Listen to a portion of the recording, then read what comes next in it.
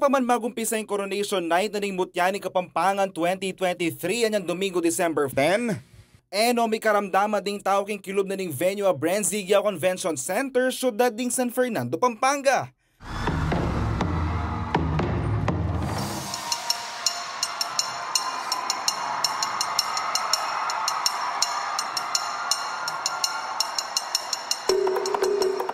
Balang kandidata iba't king adwang pulot adwang balen at syudad ng probinsya at ting kanya-kanyang talang-suporta.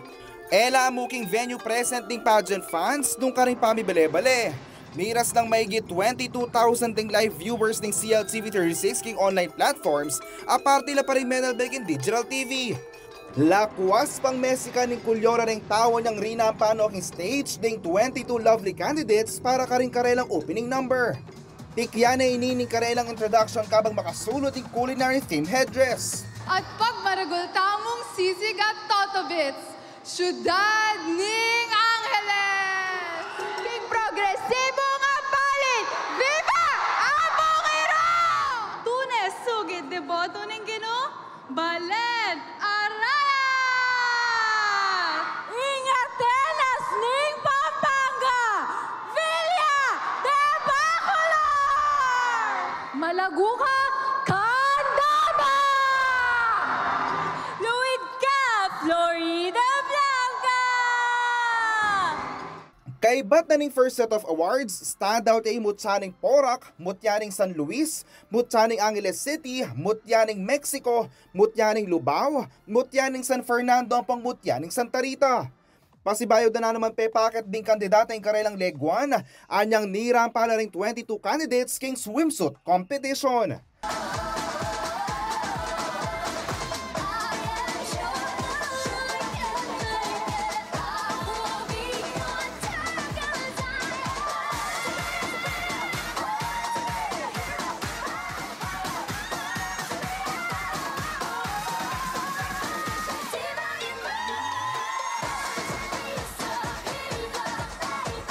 Mas penamdaman naman kanu yung paskuking lantern theme gowns, apetin dayag na rin kandidata king evening gown competition. Kaya rin nanini, pinili dano ring linog king top 10. Apin ilari Mutyaning Santo Tomas, Kate D. Carino, City of San Fernando, Nela Marie Dizon, Bacolor, Samantha Maylin Astel Ducay, Mexico Maria Giana C. Gorospe, Santa Rita Maria Cecilia Anocampo, Mabalacat City Stacy David, Angeles City Joan Marie Thornley, Magalang Gabriel Galapia, Lubao Sofia Bianca Santos, Sampung Porac Salma Emam. Keng semifinals, bidi na lang pamikatagon din kandidata apakibatan, den kutang daring bigating judges. Kaya rin na ning intense sa Q&A portion, pinili ro ring final 5 aring Mutyaning Angeles, Lubao, Magalang, Porac apong Mabalacat. At keng final round, pekibatan din kutangan na yung tradisyong Kapampangan ni Karelang Balen, ing nasarang lakwas si pakilala at makanano ragawan nini. May banggit ang panga-culinary capital na ng Pampanga, may yayaliwang festival, ang po'y pangamalugod na rin Kapampangan. Kay Bat Naniti, dintang na yung pakaantabayanan na rin Talapanalbe. May pilihan timong 4th runner-up ay Mutyaning Mabalacat Stacy David, 3rd runner-up ay Mutyaning Lubao Sofia Bianca Santos, 2nd runner-up ay Mutyaning Magalang Gabriel Galapia, at 1st runner-up ay Mutyaning Angeles Joan Marie Thornley. Kabang Mutyaning Porac Salma Emaming Mikoronan, Mutyaning Kapampangan 2023. Well, as the title holder of Mutyaning Kapampangan, I will do my best to show the world our rich culture. I will show the world how we Kapampangans have so many traditions and festivals that make us unique from others.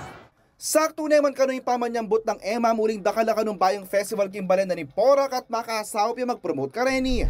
Ating kaya planong Balas Festival para kay Balen Porac yung maging lupa na ning kaya kaming festival ning kaya kaming celebration ning Porac Salma nya congratulations talaga. Masaya kami para kay Porac. Salamat naman ni Governor Dennis Delta Pineda karing egan-nagan ng kandidata, uling metong la karing sinaw banta pasik na nga ng turismo ng probinsya. Sa mga pag-promote ng mga number 1 sa atin, pagkain, di ba po?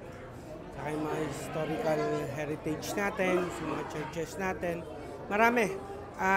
Willing naman ho itong mga mutya natin to promote our province. So, there will be a project and programs para makatulong ho sila for our tourism. Yako po yung kaya kayong talasuyo, JM De Jesus, ating pusong makabalen.